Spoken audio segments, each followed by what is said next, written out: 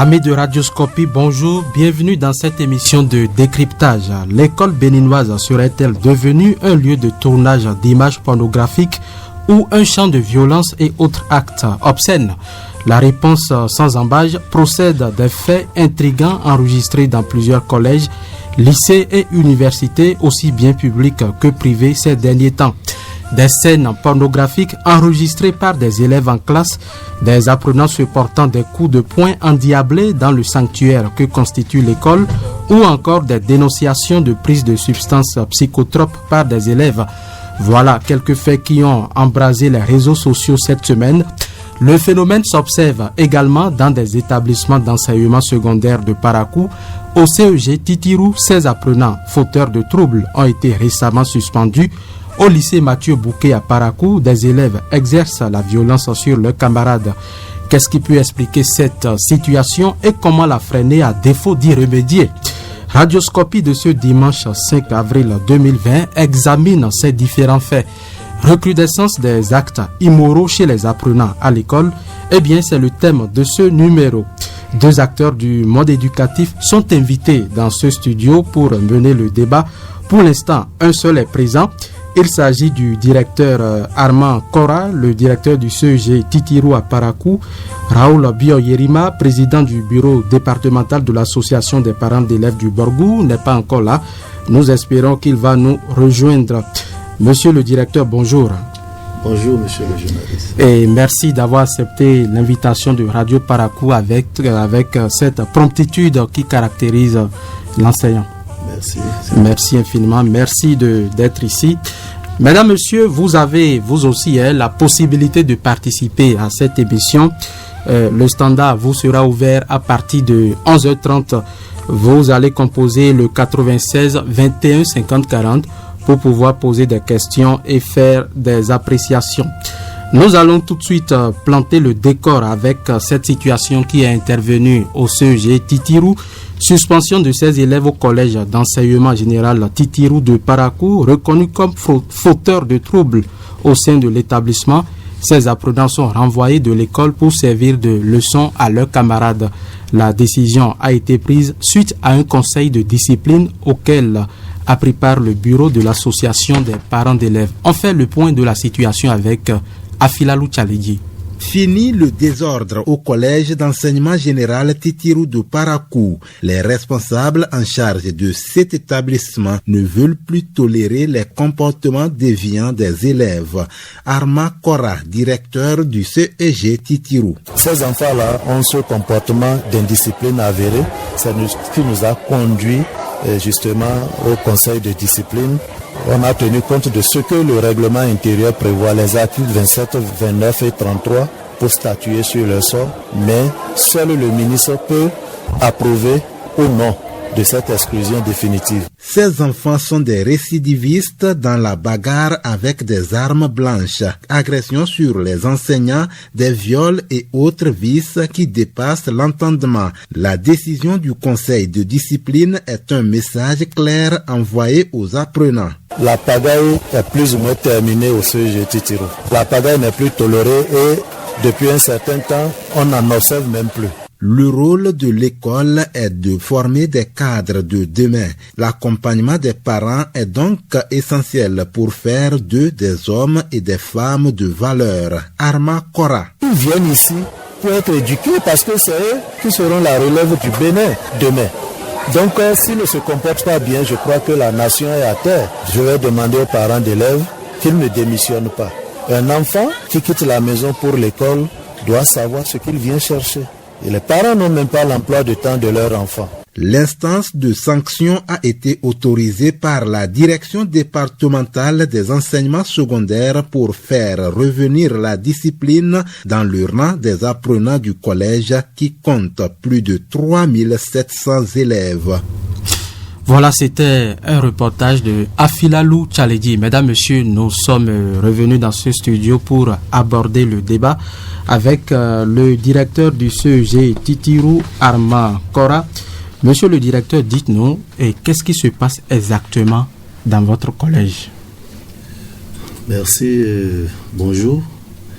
Je salue tous les acteurs du système éducatif.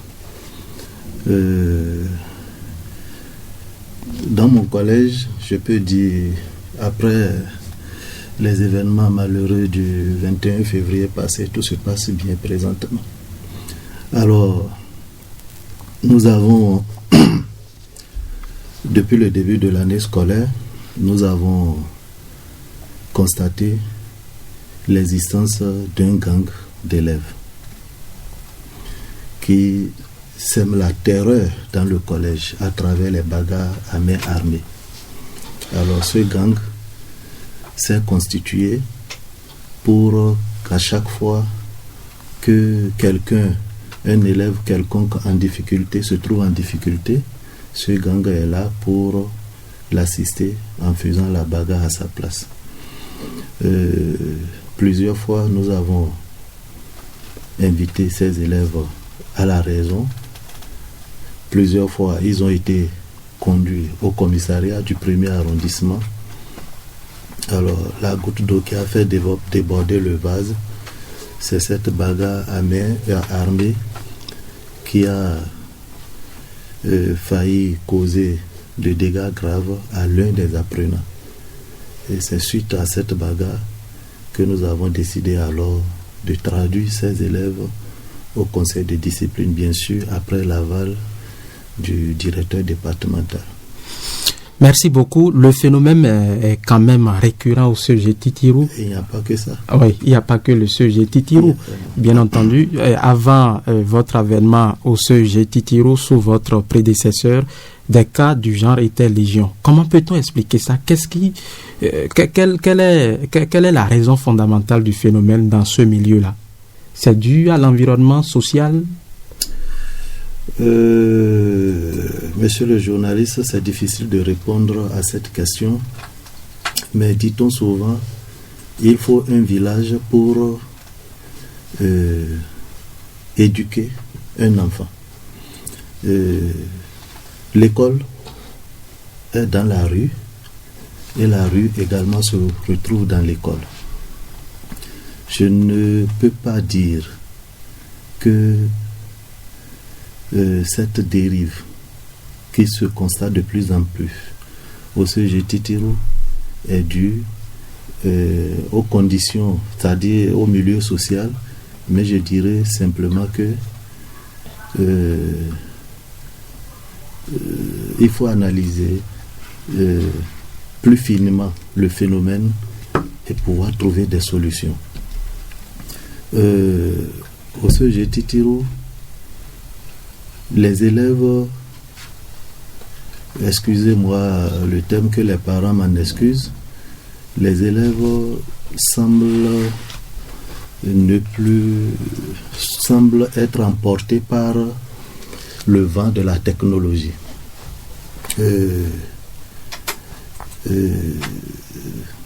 Ce vent de la technologie qui les emporte les conduit à certains comportements déviants qui,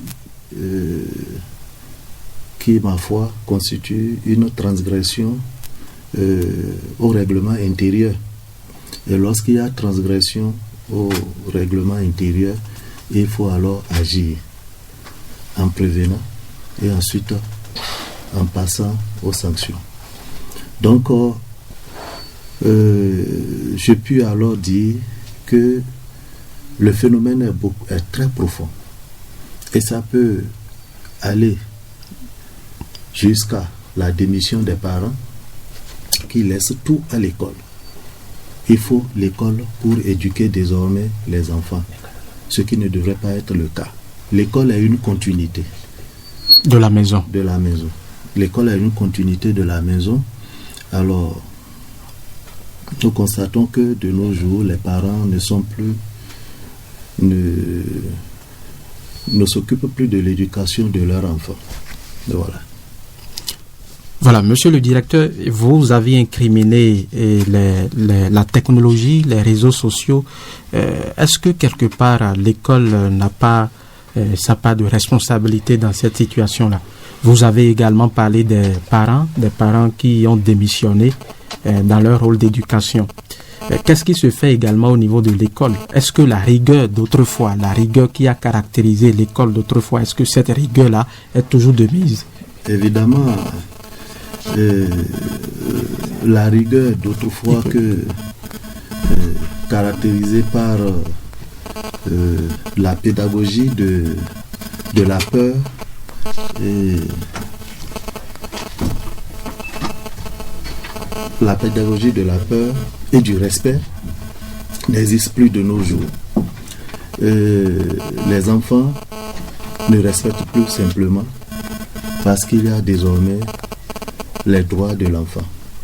Aujourd'hui, on n'est plus autorisé à fouiller un apprenant, par exemple, à regarder dans son sac, tout simplement parce que leurs droits nous interdisent cela. Donc, face à cette situation, l'élève se trouve hautement protégé et ça fait que il n'y a plus de respect. Les enseignants sont blasés, l'administration de même. On ne sait plus ce à quoi s'en tenir, mais nous essayons de faire avec. L'enseignant, vous savez, son rôle, c'est d'éduquer. Au-delà de l'instruction qu'il faut donner, des cours qu'il faut administrer aux enfants, l'enseignant a également un rôle d'éducation. Est-ce que ce rôle-là se joue encore aujourd'hui? Parce qu'on remarque aisément qu'aujourd'hui, les enseignants se contentent de l'instruction. Alors que par-delà l'instruction, l'enseignant doit également éduquer l'enfant.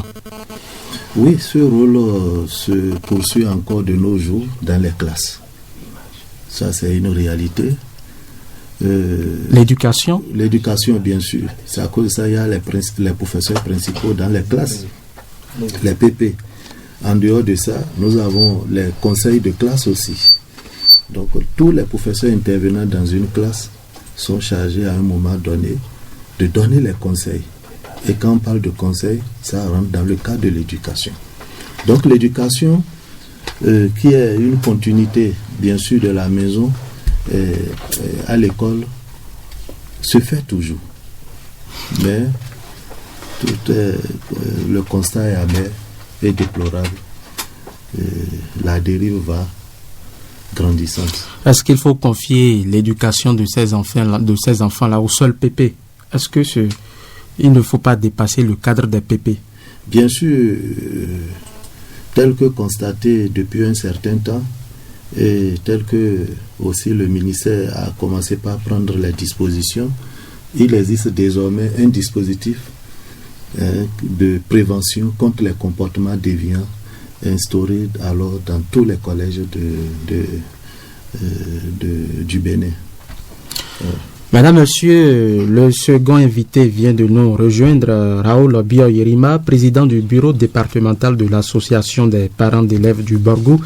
Monsieur Yerima, bonjour. Bonjour, monsieur le journaliste. Et merci d'avoir répondu à notre invitation.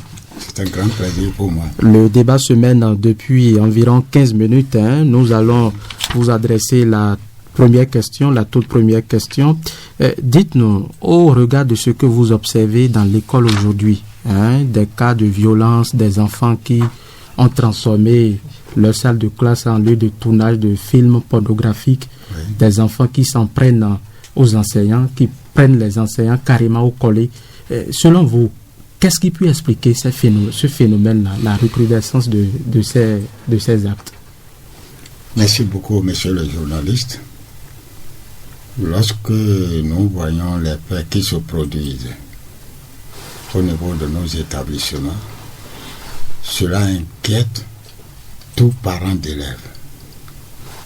Ça doit beaucoup inquiéter les géniteurs de ces enfants-là. Parce que ce que nous vivons, ça ne date pas de longtemps.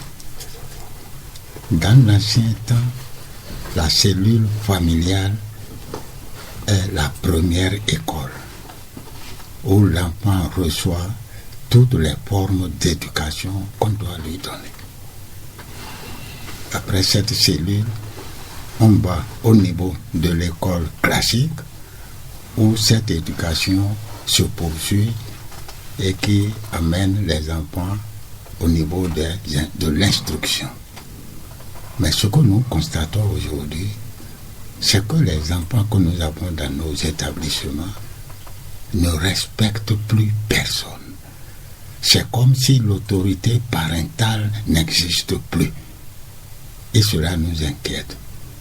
Nous qui sommes responsables des associations des parents d'élèves, nous-mêmes, ça nous fait peur. Nous avons des moyens pour sensibiliser ces parents, mais malheureusement, vous parlez d'une AG sur une centaine de parents que vous espérez recevoir pour dialoguer avec eux, ils ne répondent pas. Et cela, c'est sur toute l'étendue du territoire. Alors, c'est une les parents ont abandonné leur rôle, c'est ce que vous voulez dire. Les parents ne s'intéressent plus à l'éducation. On peut dire qu'ils s'intéressent à l'école pour recevoir l'instruction. Or, l'instruction a pour base d'abord l'éducation. On a beau être instruit, si l'éducation est mise de côté, cela veut dire qu'on va de travers. Et c'est ça, nous les parents d'élèves, c'est ça qui nous inquiète beaucoup. Est-ce que l'école elle-même n'a pas sa part de responsabilité dans cette situation-là? Parce que vous avez, vous avez jeté la pierre aux parents. L'école elle-même. Bon, au niveau des collèges, voyez-vous, nous ne pouvons pas dire que à 90%, les écoles sont responsables. Il y a d'abord ce qu'on appelle l'école de la rue, qui est vraiment un élément négatif dans la société. L'enfant écoute le père, l'enfant écoute la mère, l'enfant écoute son professeur ou bien son maître, mais dès qu'il sort de l'école, c'est la rue qui le prend. Et vous savez, tous les travers que la rue procure, à travers ce que l'enfant voit, ce que l'enfant entend et ce que l'enfant sent même, c'est ça qui crée cette déviance-là, et c'est regrettable. C'est bien regrettable, selon M. Raoul Bio-Yerima. Monsieur le directeur du CEG Titirou, nous sommes à présent à vous.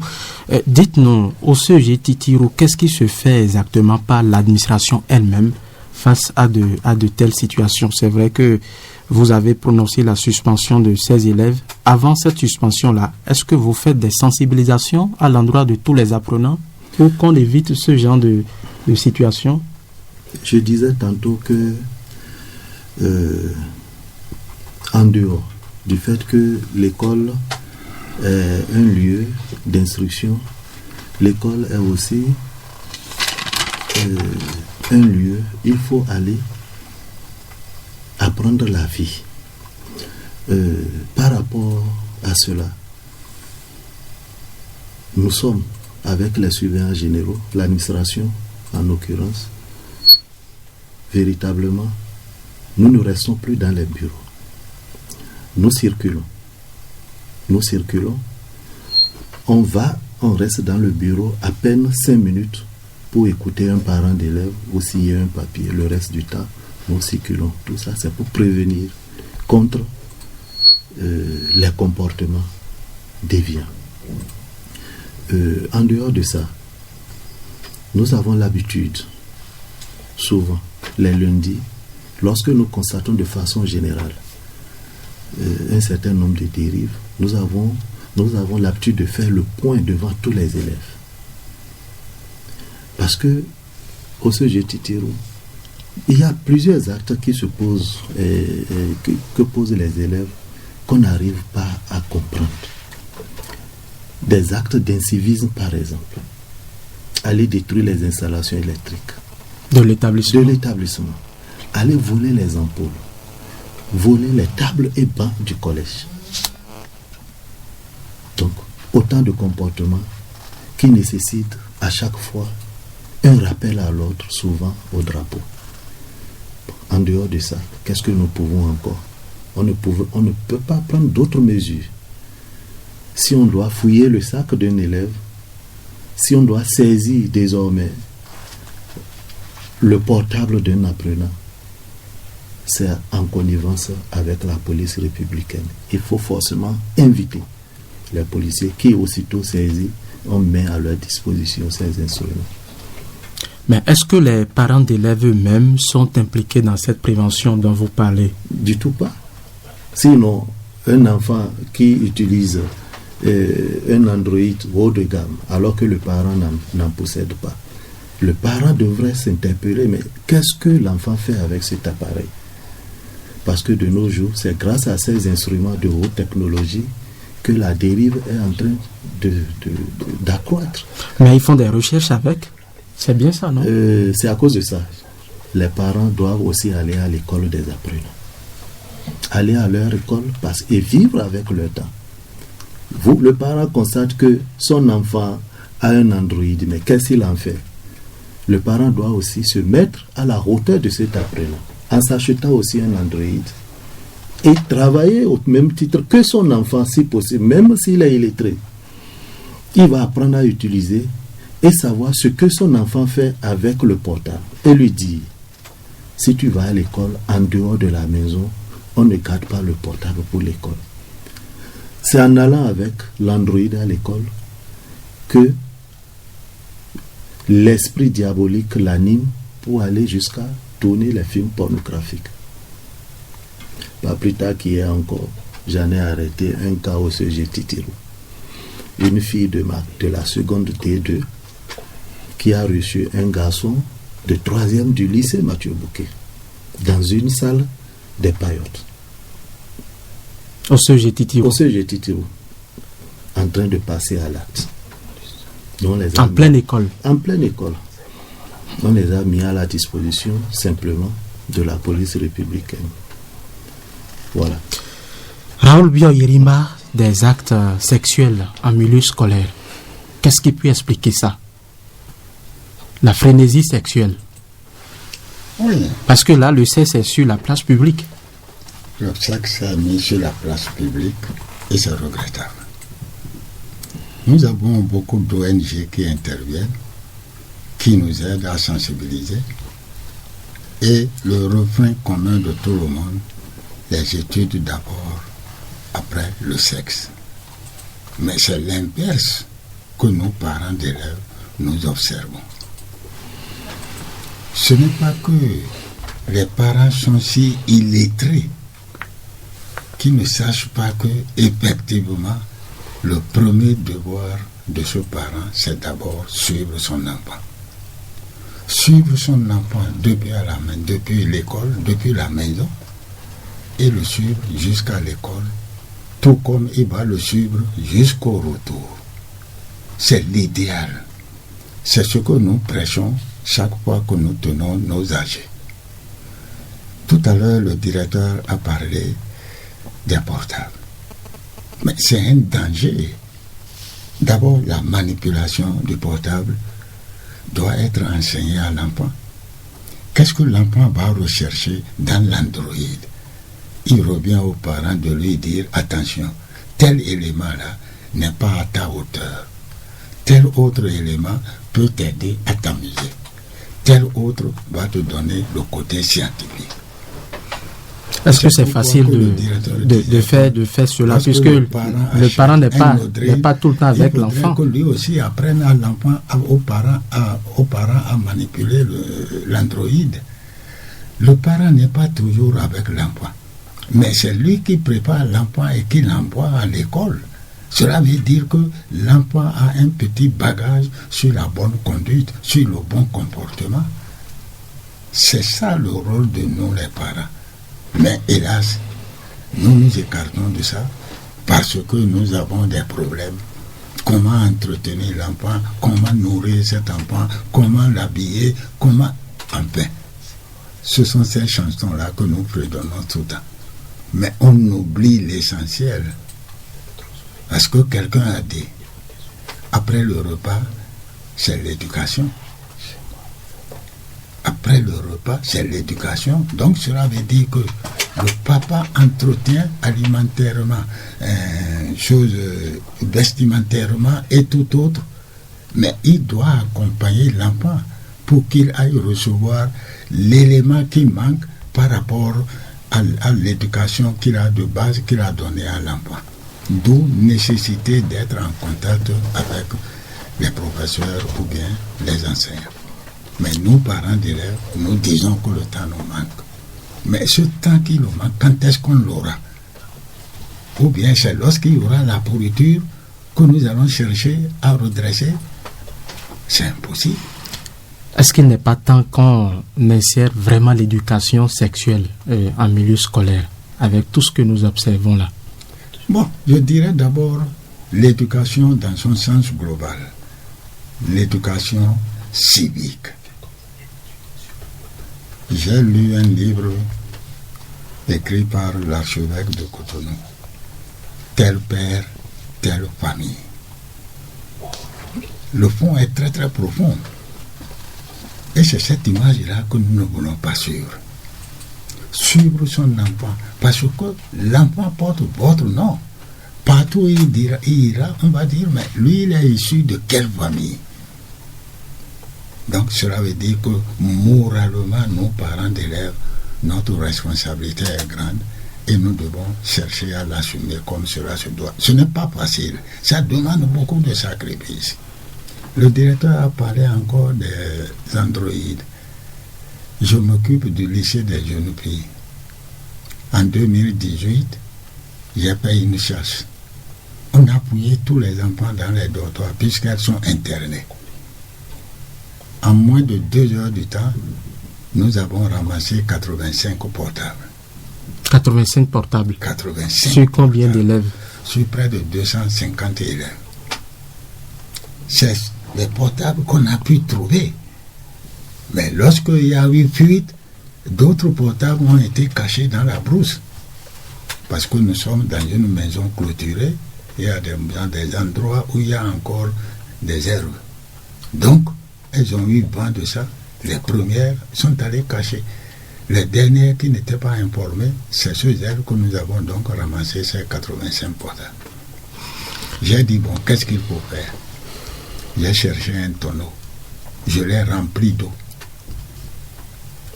Et j'ai dit, tous les portables, plongez-les dedans. Gardez-les jusqu'à demain matin.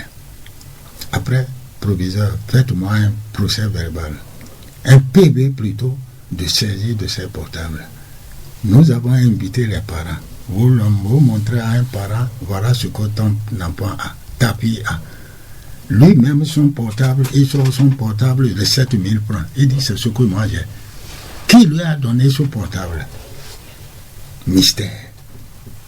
Donc, cela veut dire que l'éducation dont nous parlons là, quelquefois, nous, les parents d'élèves, avec le modernisme qui plane, on est dépassé.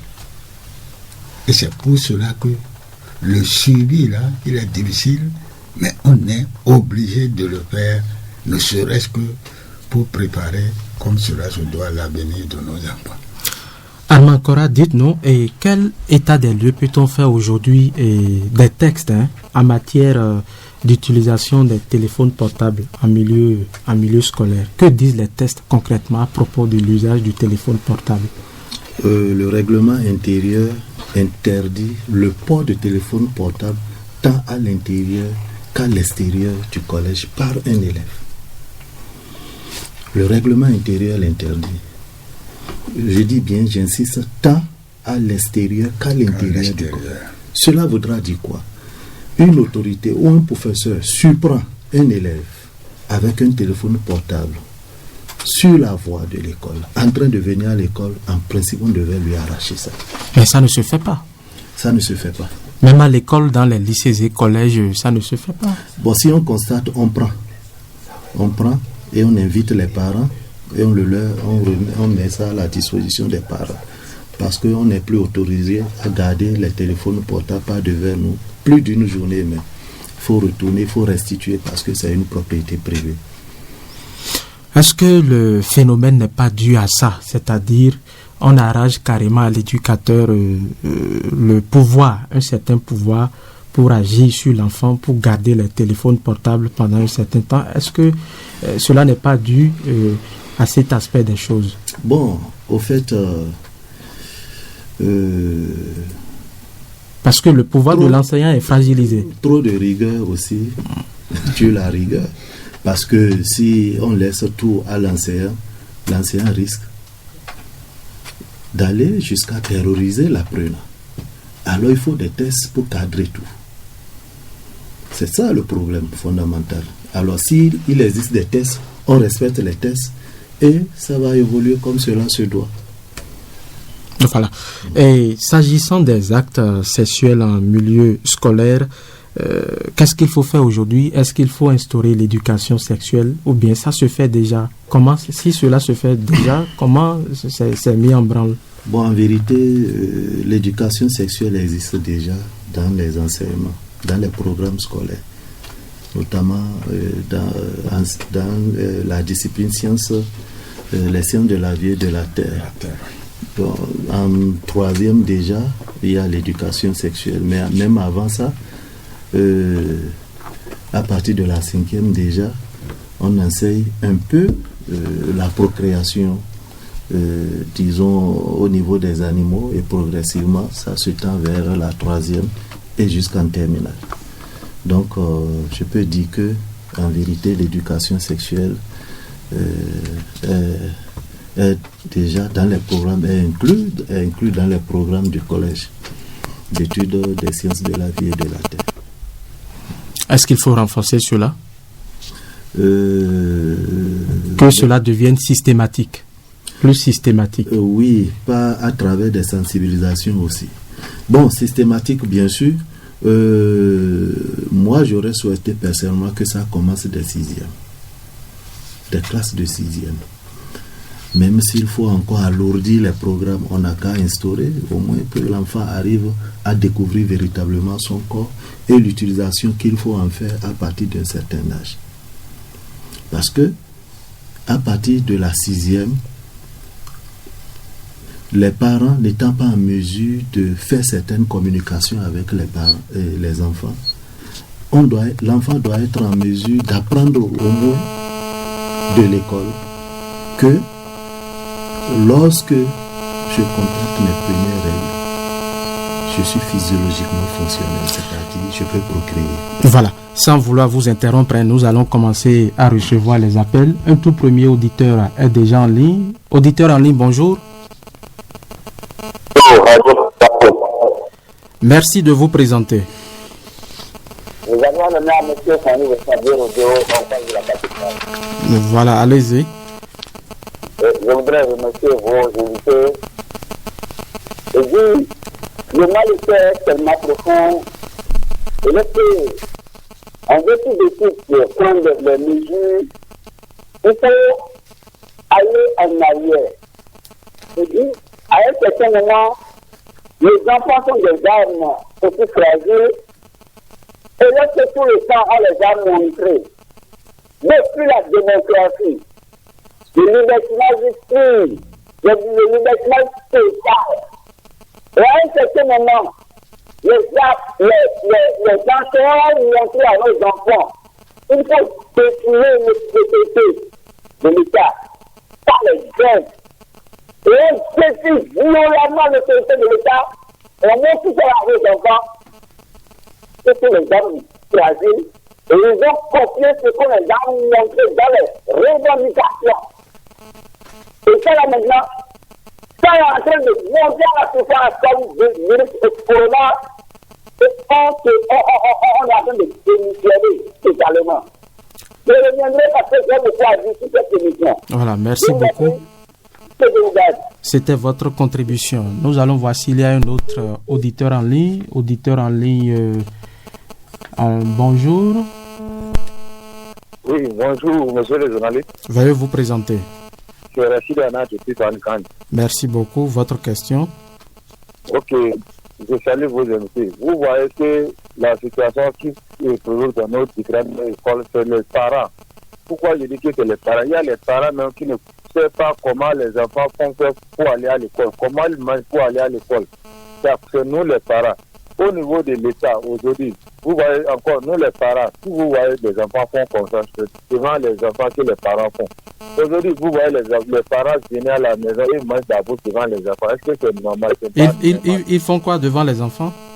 Ils mettent la bouche, ils font comme des pigeons. De la manière les pigeons font. Ils ne sont pas bien devant les parents, mais devant les enfants. Et je reviens pour sur l'État même à son programme. Pourquoi je dis que l'État a son programme? Au niveau des films qui rentrent dans notre pays, les pornographies, les films pornographiques, les films hindous qui rentrent dans notre pays, et la démarche des gens qui sont dans notre pays, avec les copies, avec les tests que les gens font dans notre pays, on peut arrêter ça. Merci pour votre participation. Nous allons voir s'il y a un autre auditeur en ligne et le prendre très rapidement. Auditeur en ligne, bonjour. Oui, c'est le premier, Monsieur Vincent. J'ai commencé à créer l'endroit de mes enfants à partir de terminal, lorsqu'ils ont les bacs. Mais seulement, lorsque je paye cet appareil-là, je coupe à mes enfants, je le fais asseoir pour dire voilà ce que vous allez utiliser. Et au fur et à mesure, je contrôle. On est comme, venez sur moi, vous allez voir. Mais lorsque on donne ce couple-là,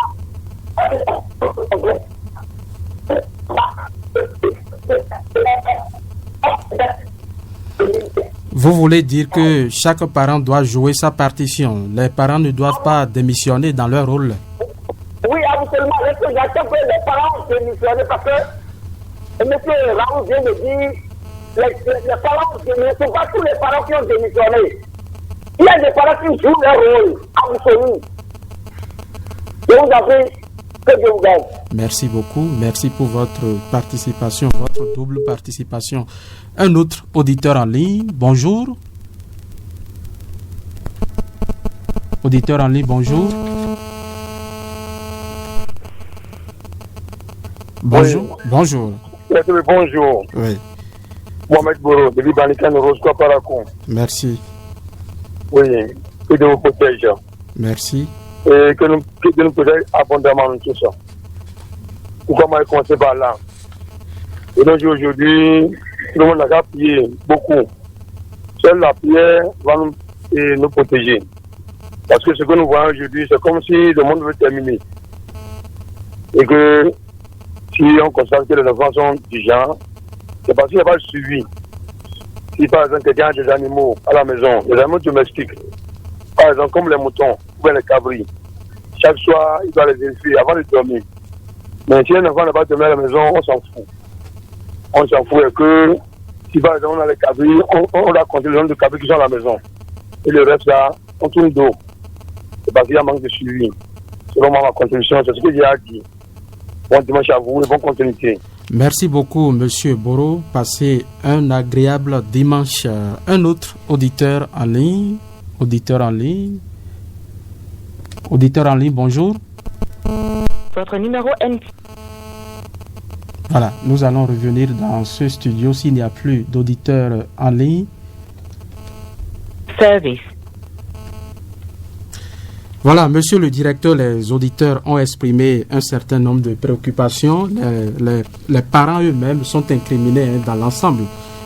Tous ceux qui ont appelé ont jeté la pierre aux parents, les parents qui ne jouent pas leur rôle, manque de suivi de la part des parents.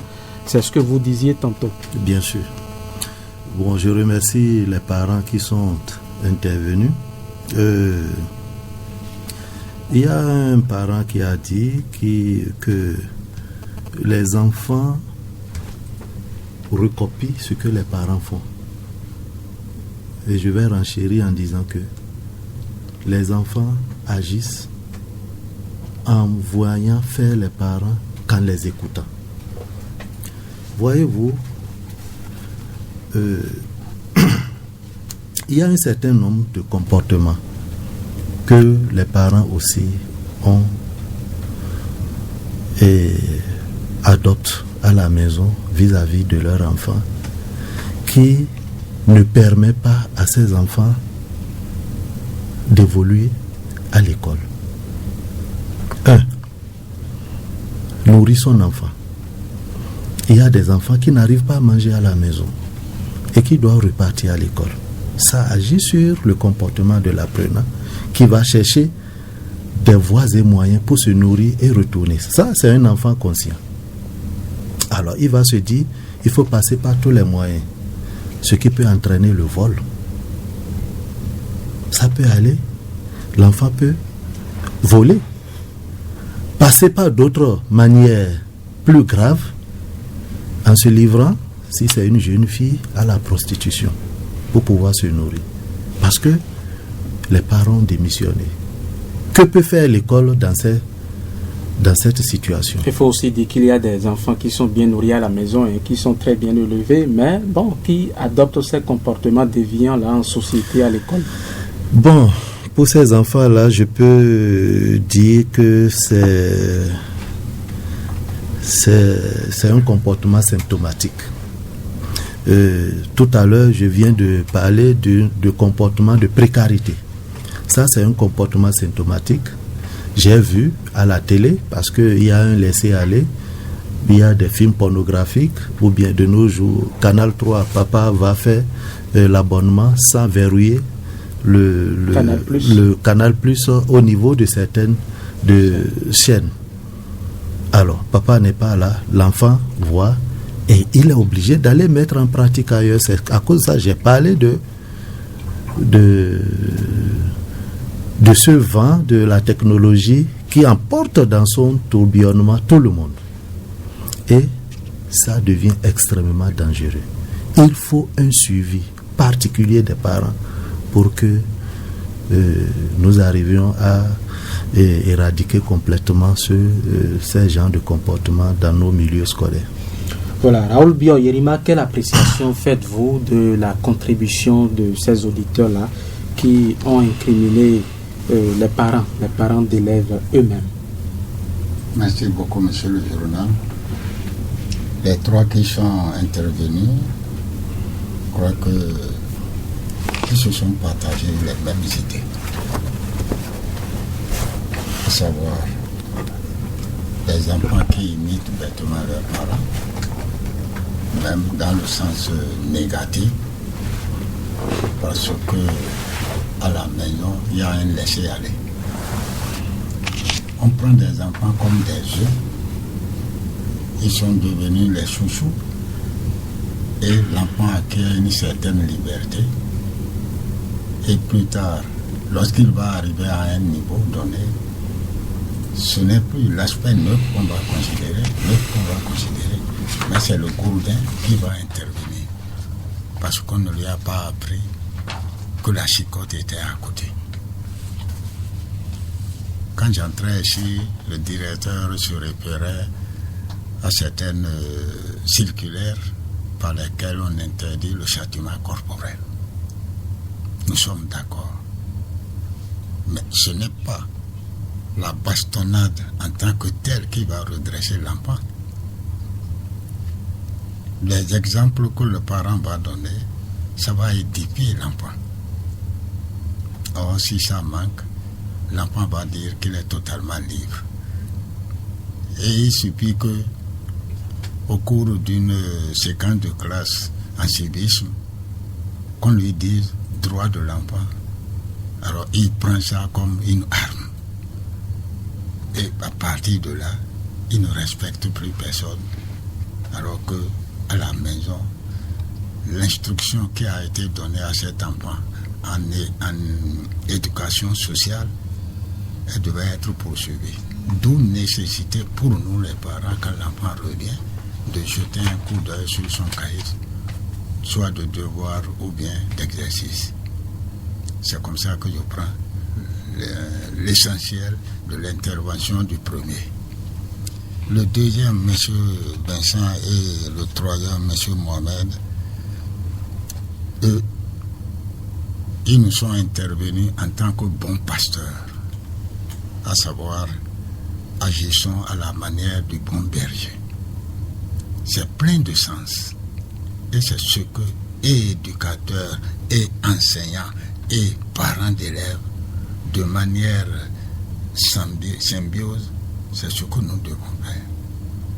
Nous devons nous mettre coude à coude et donner la même formation à l'enfant. Lorsque les idées, qu'elles soient bonnes ou non, lorsqu'elles ne sont pas bien interprétées, l'enfant prend le côté négatif parce que c'est ça qui lui sourit. Or là, ce n'est pas Est-ce qu'il faut tendre maintenant vers une refonte des textes, puisque il y a un certain nombre de pratiques qui sont interdites en milieu scolaire aujourd'hui, Oui. dont le châtiment corporel. Est-ce qu'il faut revoir les textes pour corriger le tir? Lorsqu'on prend les textes, ça c'est le vocable global. Mais le premier élément, si je prends par exemple l'enseignement primaire et maternel, il faut qu'on revoie le contenu du règlement intérieur. Les pays qui sont développés plus que nous, lorsqu'on dit ça, Thomas Sankara l'avait dit. Nul n'est censé ignorer la loi, nul n'est au-dessus de la loi. Mais Sankara a dit, mais il faut comprendre d'abord cette loi-là. Donc, nous suivons aveuglement. Je ne dis pas que les législateurs ne suivent pas, mais la réalité est sur le terrain.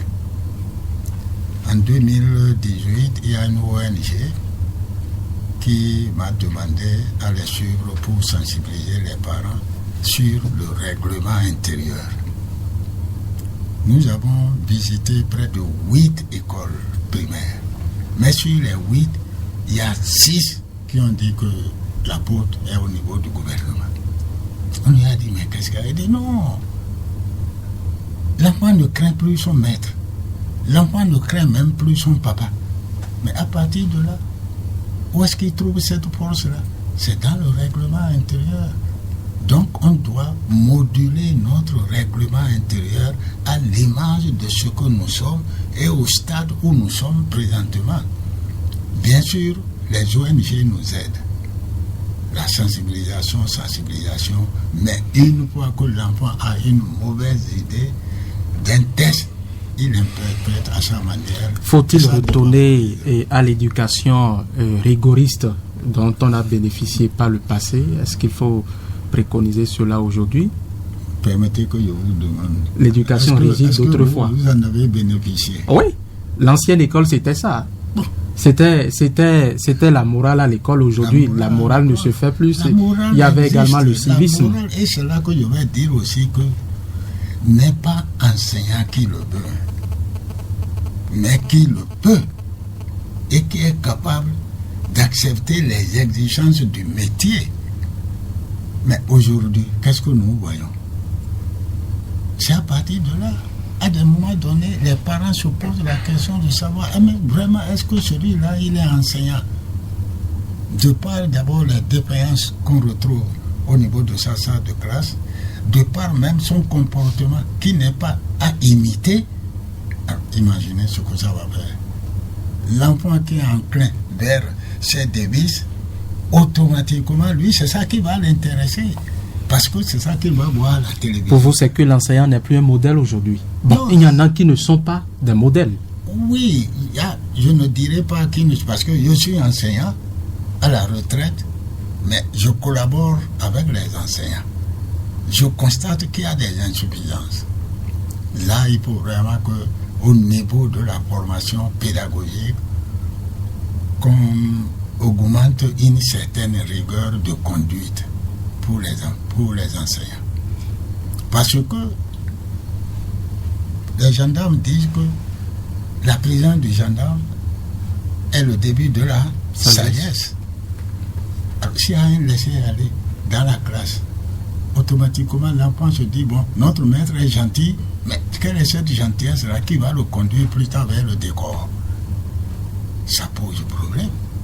Donc, en gros, il va falloir qu'on revoie le règlement intérieur, les tests qui accompagnent ce règlement intérieur, qu'on voit ce qui peut nous aider à redresser vraiment les comportements des enfants et former les enseignants à avoir la vocation d'enseigner. C'est surtout ça, la vocation d'enseigner. Je ne dis pas que tous ne sont pas bons, mais lorsqu'il y a une graine pourrie dans un panier, imaginez ce que les autres tomates vont devenir. Le reste n'est pas épargné. Le reste n'est pas épargné. Je prie l'État à ce que vraiment qu'on revoie ça et qu'on ait des tests qui reflètent la réalité du terrain pour qu'au moins l'éducation et l'instruction soient redressées. Merci beaucoup Raoul Bio. Monsieur le directeur du CEG Titirou, dites-nous, quel accompagnement attendez-vous de l'État aujourd'hui pour qu'un certain nombre de pouvoirs soient renforcés dans l'administration scolaire? Vous avez besoin d'accompagnement sûrement face à de tels comportements. Accompagnement, oui, parce que, disons qu'il y a déjà un accompagnement. Si déjà au niveau de l'enseignement secondaire, le ministre en a fait une préoccupation particulière en faisant une tournée pour sensibiliser avec le ministre de la Famille. Je crois que c'est déjà un accompagnement. Et à nous, en retour, de les accompagner dans cette mission pour que les dérives constatées ne s'observent plus. Alors, parlant des tests, tout ce qui a été rédigé n'émane pas du Bénin, c'est l'UNICEF, le droit de l'enfant. Il faut ratifier à l'Assemblée nationale, donc tout est clair. Ici, le règlement intérieur est clair au niveau des collèges. Il y a les articles sont prévus pour aller contre les comportements déviants. C'est en transgressant le contenu du règlement intérieur qu'on passe à la dérive. Par rapport au comportement déviant sur le plan sexuel, il y a un arrêté qui prévoit tout. Comment sanctionner? Donc je peux dire, quelque part, l'État accompagne déjà. Il suffit d'appliquer les tests et ça ira. Moi, j'aime appliquer les tests. Voilà, merci beaucoup, un bon citoyen d'ailleurs. Nous allons faire un dernier tour de table puisque nous tendons déjà vers la fin de cette émission. Il ne nous reste que 4 à 5 minutes. Nous allons prendre le mot de fin de Raoul Bio Yerima, le président du bureau départemental de l'association des parents d'élèves du Borgou. Voilà, nous sommes au thème de cette émission. Vous avez un mot de fin. Merci beaucoup pour l'opportunité que vous m'avez offerte, ce qui m'a permis de m'adresser à mes parents d'élèves. Ce que je vais dire par rapport en guise de conclusion, je vais demander aux autorités à divers niveaux de renforcer le type de formation des enseignants. Il faut qu'on forme des enseignants capables d'aider l'État à redresser la situation que nous vivons actuellement. Deuxièmement, il faut aussi renforcer les actions que nos ONG mènent. Parce que ces ONG travaillent beaucoup. Mais quand il y a un débordement, l'ONG a beau se déployer, le résultat reste toujours à désirer. C'est les deux doléances en tant que parent d'élèves que j'ai à adresser à l'État. Renforcer la formation des maîtres, qu'on sache qu'ils ont été bien formés et qu'ils sont capables de tenir les enfants comme cela se doit dans le cadre de leurs activités pédagogiques. Et deuxièmement, aider les ONG à nous assister au cours des formations des enseignants. Merci beaucoup. Oui. Armand Kora. Merci. Je crois que le président FEDAP a dit l'essentiel. Au niveau des collèges, nous avons aujourd'hui une nouvelle race d'enseignants qui est celle des enseignants aspirants au métier d'enseignement. Ces enseignants ont besoin d'être formés. Ils ont besoin d'être formés pour mieux agir pédagogiquement dans les salles de classe. L'autre chose par rapport au comportement déviant, nous devons pouvoir allier les forces et faiblesses de nos tests. Les forces et faiblesses aussi constatées dans nos environnements immédiats pour pouvoir pallier, prévenir et si possible remédier à ces genres de comportements. Remédier, oui, mais ce ne serait pas facile parce que l'État est en train de mettre progressivement le système en place. Les enfants qui ont le comportement déviant, il faut parfois les récupérer et les mettre dans d'autres structures qui de nos jours n'existent pas encore. Donc, imaginez-vous ce que nous étions obligés de mettre au dehors. On a agi à contre-cœur. Maintenant, que vont devenir ces enfants? Point d'interrogation. C'est là, nous attendons également l'État, que l'État des centres de rééducation. Des centres de rééducation, j'allais dire.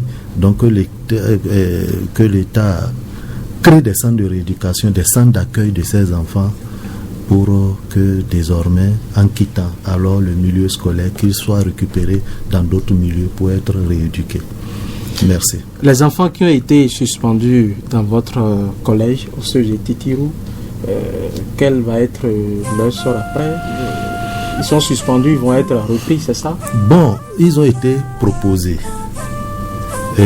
à une exclusion définitive, mais c'est pas eux tous, hein. C'est pas eux tous. Il y en a dont l'exclusion est pour une année. Par exemple,